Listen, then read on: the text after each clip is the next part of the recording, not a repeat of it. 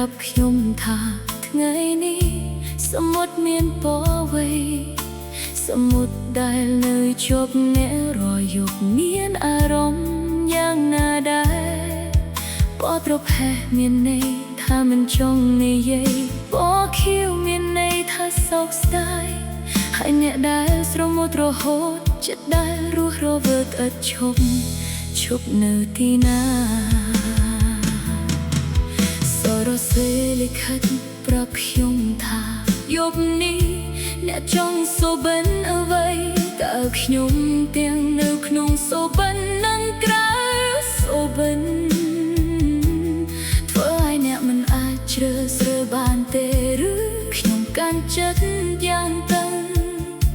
រហូតមិនបិទភ្នែកពេញយប់ហេតុអ្វីអ្នកច្បាស់ជាមានចិត្តស្រឡាញ់ប៉ុន្តែមិនចូលចិត្តខ្ញុំទៀតស្ដាប់ទៅ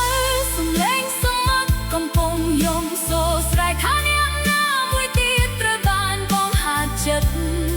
ប៉ុន្តែនៅតែមិនបានដឹងខ្លួនប្រែដូចជាមិនមែនខ្ញុំយ៉ាងហោចណាស់ខ្ញុំនៅតែស្ងប់ស្ងាត់ប៉ុន្តែទឹកភ្នែកសំបីតែទឹកភ្នែកក៏មិនជឿដែរស្ដាប់ទៅ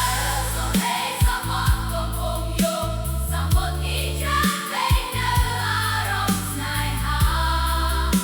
យំសោករហូតដល់ព្រឹកសរសេរលិខិតមួយផងប្រាប់ខ្ញុំយើងសាមន្ទីចុងក្រោយនោះប្រាប់ខ្ញុំថា